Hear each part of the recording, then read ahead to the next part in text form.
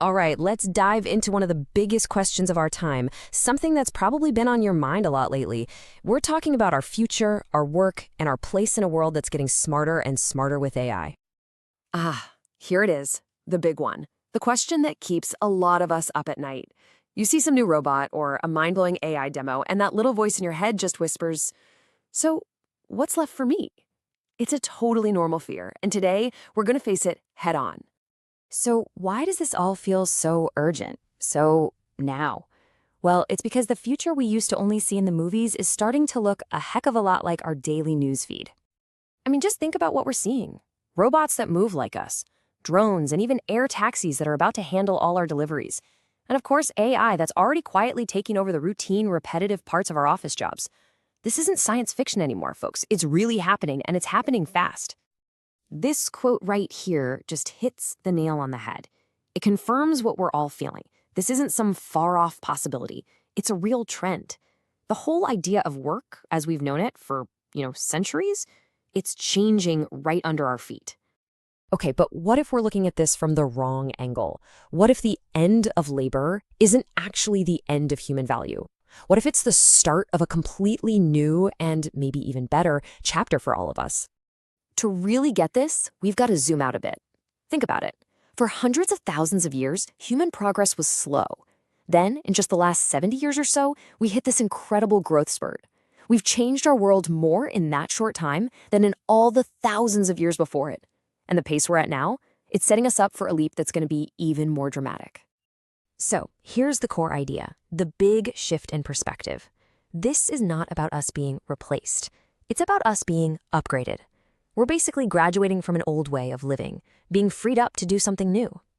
Now, this idea of an upgrade, it's based on a really interesting way of looking at our own development. To understand it, we're going to look at 3 distinct stages of what it means to be, us.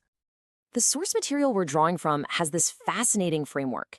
Stage 1 is the animal state, just focused on surviving. Stage 2 is what's called the human or Ingan stage. This is the era of nodong, which basically means repetitive labor, the stuff that built our modern society. But the third stage, the one we're entering, is the person or saram, and this stage is all about something called munhwa hwaldong, or cultural activity. This chart makes it super clear. On one side, you have labor. It's repetitive, it's for survival. That's the old human stage, and pretty soon, that's going to be the job of machines. But on the other side, you've got cultural activity. This isn't about survival, it's about purpose, meaning, and joy. And that is the work of the person. Okay, so cultural activity. I know it sounds a little lofty, maybe a bit vague. If machines are doing all the labor, what in the world is this stuff that's left for us? What does it actually look like? At its heart, cultural activity is the big switch from making a living to actually making a life. It's about using our minds and our hearts for things that bring us joy and meaning, things that make society better, all because we're not constantly stressed about just getting by. And this is way bigger than just painting or playing the guitar.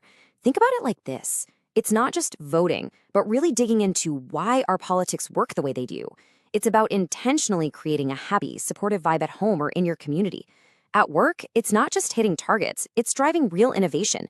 It's about finding the deeper purpose in everything we do.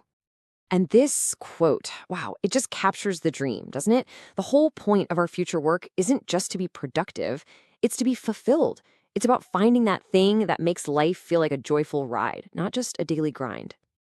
So let's bring it all home. Let's see how this way of thinking can completely transform that anxiety we started with into a real sense of opportunity and, honestly, excitement for what's next.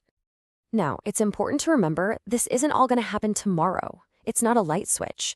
The source suggests this whole shift will happen in phases, which gives us, and our society, time to adjust. The point is, we have time to get ready for this new world. So if you take away just one thing today, let it be this. We need to reframe this whole conversation. AI and robots are not our competitors. They're not coming to replace us. They are the tools that are finally setting us free from drudgery, liberating us to become the creative, thoughtful, and purpose-driven people we were always meant to be. And that brings us to the final question, a question for you. This isn't just a fantasy anymore. The technology to make this happen is being built as we speak. So, if you were totally freed from the need to work just to survive, what would you do? What beautiful, meaningful, joyful things would you create for yourself, for your family, and for the world? That, right there, is the real work that's waiting for us.